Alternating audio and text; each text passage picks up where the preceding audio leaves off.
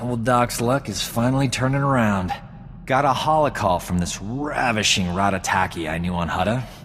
Big opportunity to cure something important. Ravishing Ratataki, eh? Sounds like I might have some competition. Until you came along, she was the greatest afternoon I ever had. But don't worry, I'm over her. My friend's old employer is a Hutt cartel boss named Nemro. He's infected with an incurable disease. It's eating him alive.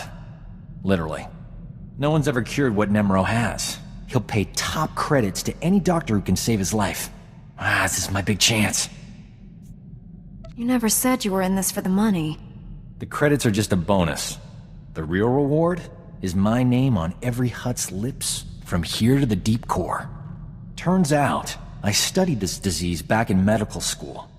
There's an experimental treatment no one's ever been able to try. It's too risky. I figure if there's a safe place to work with toxic chemicals, it's a Jedi starship. I know you don't mind. What exactly are you planning to bring on my ship? The main ingredients are cyanogen, silicate, ardanium, and accelerite. But don't worry, I'm already mixing the solution and we're all still alive. Now, give old Doc room to work. I got a date with medical history.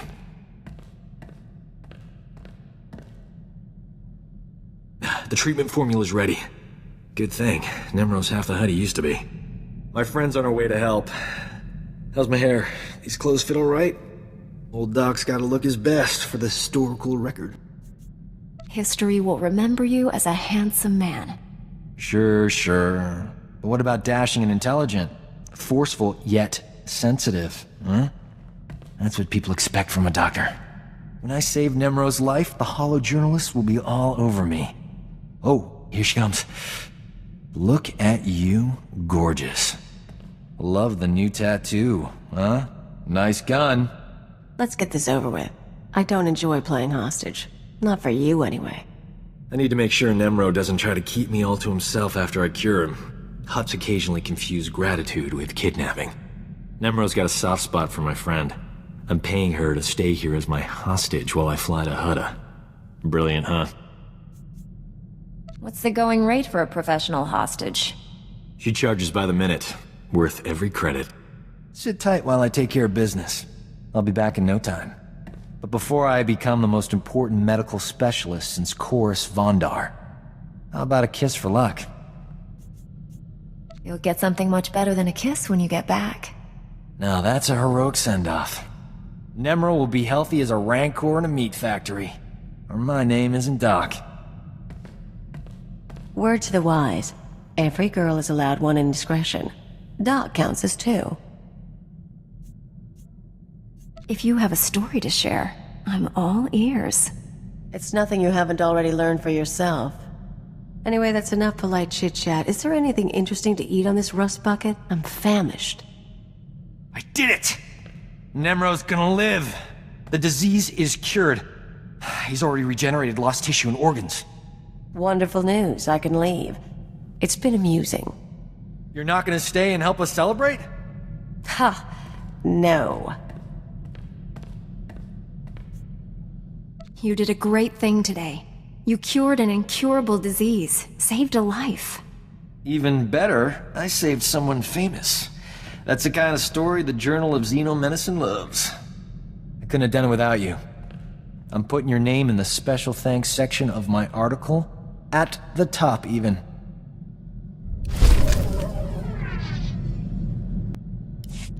This is the worst day of my life. Some idiot bounty hunter killed Nemro the Hutt before the Journal of Xenomedicine could examine him. They can't verify my treatment worked because Nemro's a big messy puddle of goo. There's no proof I saved him. I know how hard you worked to develop that cure. The average Hutt lifespan is 1,000 years. Nemro was only 600. Stupid bounty hunter. My only hope is someone else coming down with the disease so I can cure it again. I'm not holding my breath. The disease is rare. It could be years, decades before I get another shot at it. I know how your mind works. Don't even think about infecting someone with that terrible disease. I'm not a monster. It would be a mild strain. You know what? The Journal of Xenomedicine can take a flying leap into a black hole. I'm starting my own blasted journal. I've had enough medical adventures these past few years to fill a library. And I'm telling people all about them. There you are. I was wondering where the real Doc was hiding. Old Doc never hides. He hibernates. Publishing a HoloNet journal won't be easy. I'm gonna need recorders, edit droids, and a good S-thread broadcaster. That's some serious scratch. I'll have to start charging for my services. You understand. Why don't we rob an Imperial bank for the money? This is why I keep you around. You say what I'm thinking.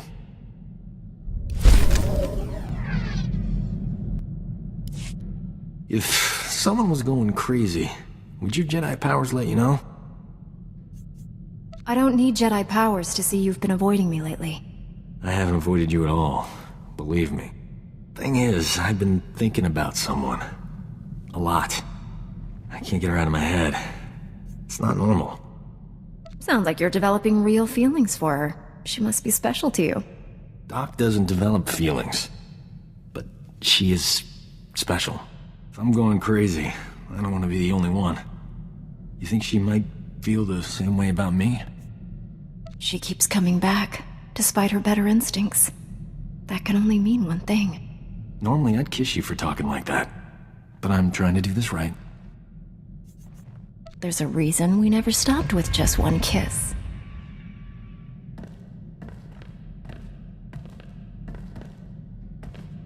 I keep waiting for this to get stale, and it keeps staying fresh. That's weird. Sooner or later, you and me are gonna save this galaxy. Might be time to start thinking about our reward.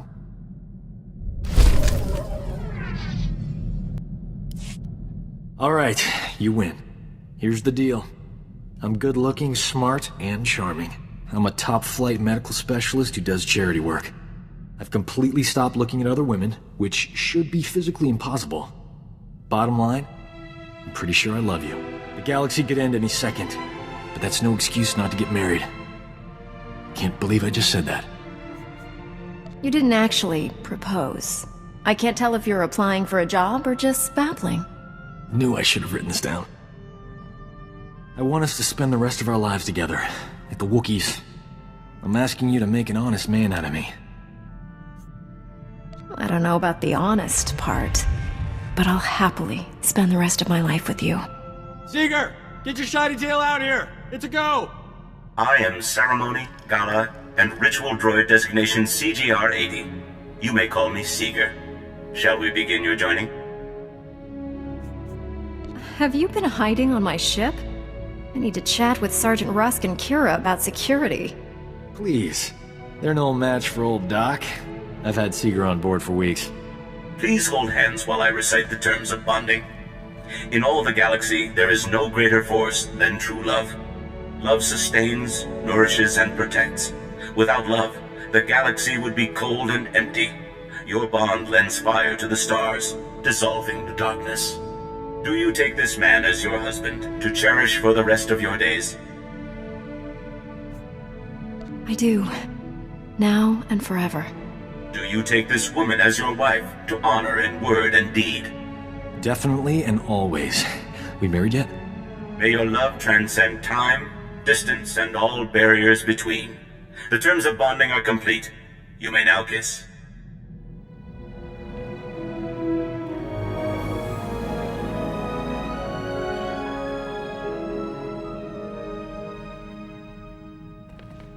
Seeger, be a good droid and deactivate yourself. We'll drop you off the next stop. Please do. I'm scheduled to preside over a Rodian Harvest Festival in 3 days. Rodians expect punctuality. So there you have it. You and me. Together forever.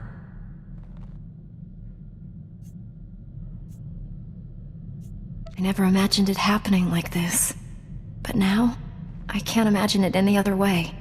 I don't know what that means, but it sounded good.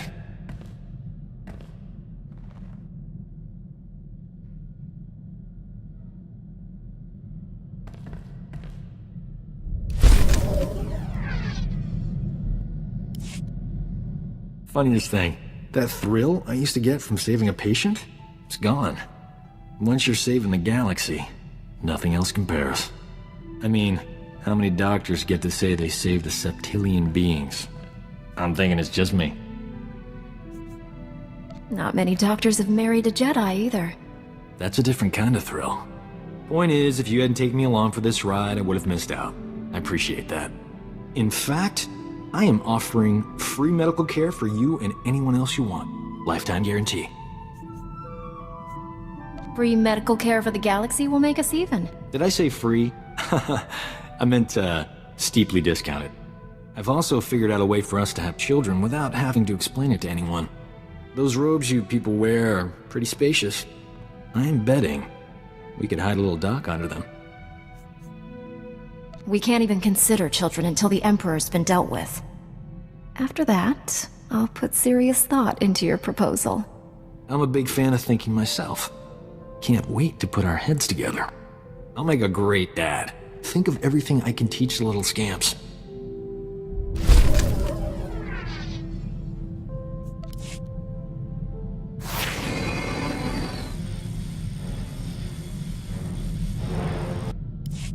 Your people speaking of the Empire sound like a distorted echo.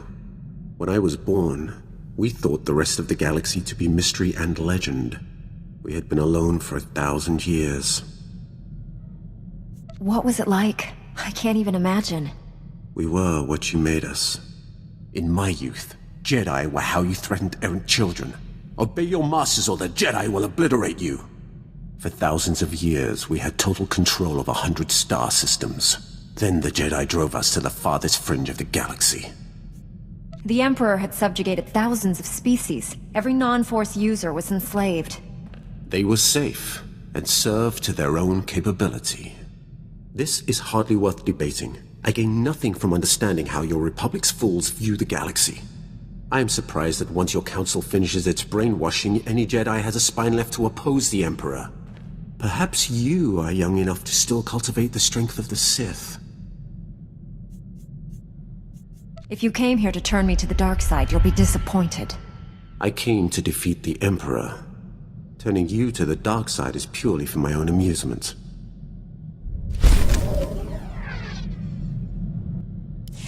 I do not know how more to prepare you to face the Emperor. What has your training been? All I know of Jedi ways is from Revan. Surely they have changed in 300 years. How does someone become the Emperor's wrath? There has only ever been one. My training as a Sith was not far different than Korriban today.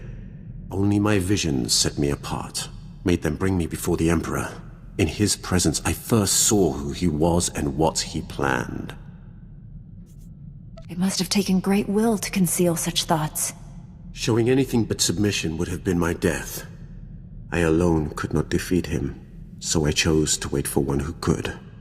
I thought Revan and the Jedi exile were my chance. Revan and the Jedi exile are legends.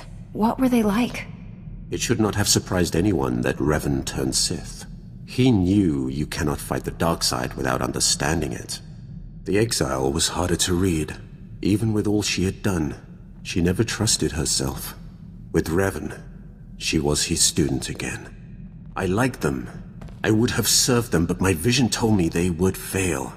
I cut down the exile and brought Revan to the Emperor as a gift. Is that what you're planning to do to me? If you are not the one who will stop the Emperor's madness, then I will await the one who will. The only way to live long enough to find the Jedi who would kill the Emperor, to find you, was to convince him to trust me. He took my offering and gave me a place at his side. He gave me immortality. It was a gift, but not without its price.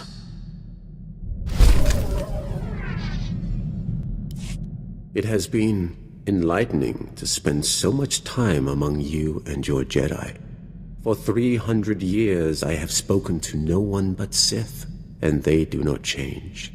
They are the same on Korriban now as in my childhood. The same tricks, the same fights, the same groveling and mind control. What reward would they get if they moved out of lockstep? A stab in the back? Most likely. Sith traditions are powerful, but very specific. Sometimes it takes an outsider to open our eyes to new facets of the Force. Revan taught me to be effective when I became the Emperor's wrath. And now I have learned as much from you. You have opened my eyes as well. And here I thought you weren't listening.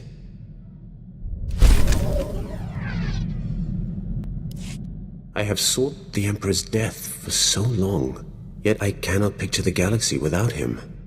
When I was born, the Emperor was the Empire. Everything existed to feed his whims. He was so far above us, no one, Sith or slave, would have dared even form an opinion about him. I'd say joining Revan to kill him counts as an opinion. When I began serving him, I thought it was far simpler than that. The Emperor was just a man, isolated by unimaginable power and the inability to trust the scheming sycophants who served him. I was wrong. He is a disease that must be stopped before it ravages us. I will stop him. Then heed me. Immortality comes at a terrible price. Taste, smell, touch, color, emotion. The Emperor and I experience none of these things. We are no longer mortal. When you face the Emperor, do not forget that.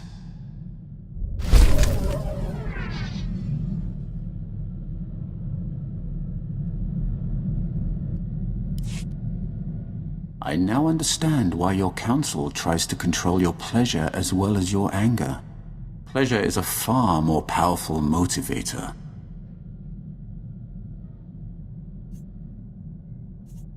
What makes pleasure more dangerous than other emotions? Pleasure is the foundation of all desires. There is nothing that inspires so much anger as thwarted longing. I still remember the feel of sunlight on my skin, the scent of favorite foods, the color of my first love's eyes. To experience those simple pleasures again would be worth anything. See? You haven't lost your humanity after all. Do not mock me. I understand why your council controls you. What I'll never comprehend is why you let them.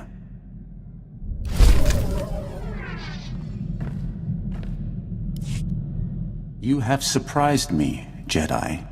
You have the heart of a Sith. Had you been born on Korriban, you would be sitting on the Dark Council now. It is too late to turn you fully from the light. But should your children have a connection to the Force, I will see them properly trained. Any children of mine will be Jedi. Ha! Were you true to Jedi teachings, your protest will be that you will never have children of your body. But you will turn against those shackles, as you have so many others. Had you been instructed in the true way of the Force, the galaxy could not match your power. I will make sure that mistake does not happen again.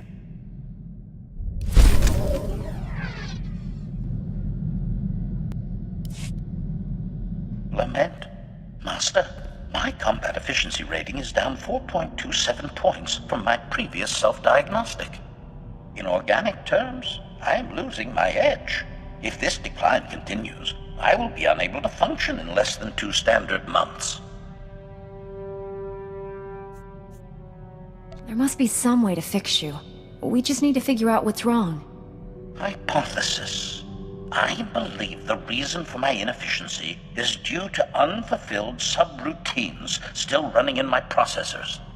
My Imperial programmer's commands were quite thorough. Failure to delete high-ranking organic troublemakers in Republic space is having a detrimental effect on me.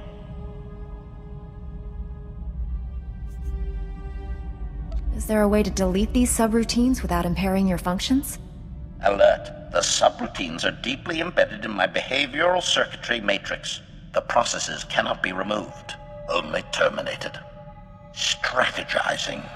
I cannot perform commands in direct violation of my master's loyalties. I must find another way to correct this system's failure.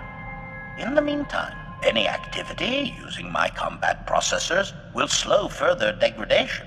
I recommend immediate and vigorous deletions, Master.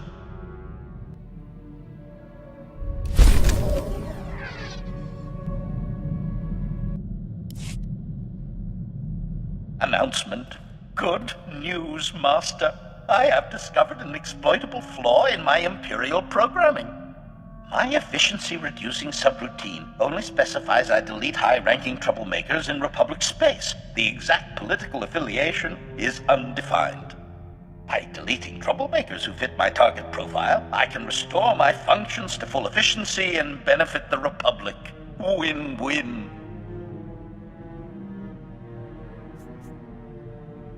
Who do we have to delete to save your chassis from the scrap pile? Revelation. After thorough research, I have identified 3 potential candidates. I predict you will not object to my deleting at least one of them. First briefing.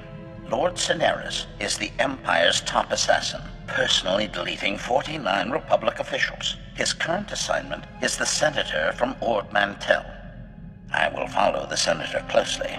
When Lord Cineris makes his move, I will be there to delete him.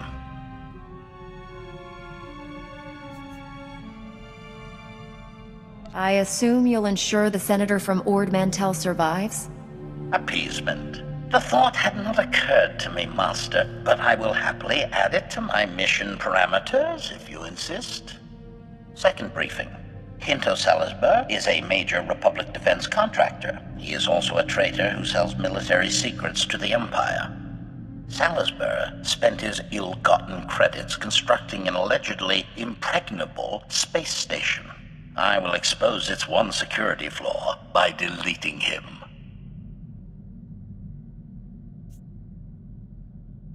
No offense, HK, but you're not a probe droid. Where did you get your information? Explanation. The Empire programmed me to recognize certain organics I should avoid deleting. This defense contractor made the list, Master. Third briefing. Ambassador Dak Heron is an Imperial diplomat recruiting unaligned Outer Rim systems to join the Empire. He is surprisingly successful at it. Slow-thinking organics adore Ambassador Heron for his charm, generosity, and open-mindedness. The Republic will only benefit from his deletion.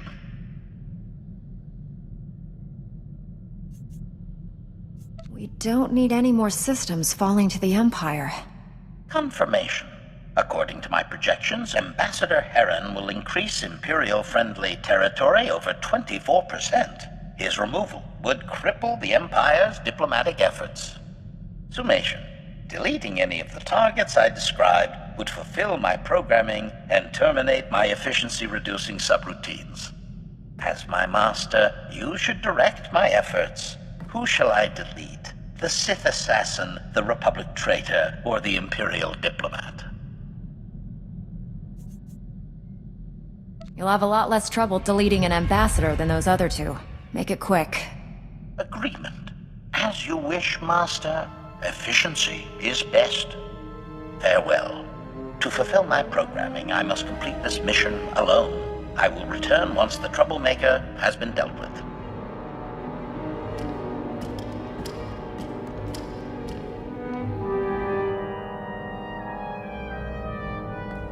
I see you're back in one piece. How are your systems doing? Report. I have finally terminated my efficiency-reducing subroutine, and the galaxy contains one less troublemaker.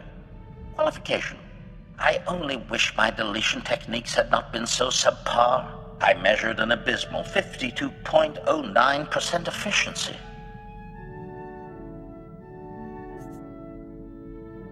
Maybe you'll feel better after crossing the other 2 troublemakers off your list. Resignation. Unfortunately, both men have relocated while I was otherwise engaged. If the Maker wills me a second shot, I promise to take it. Assertion. When I finish recompiling my combat processor algorithms, my deletion techniques will elevate substantially. Suggestion. Inflicting a few well-deserved deletions should greatly speed along that process, Master.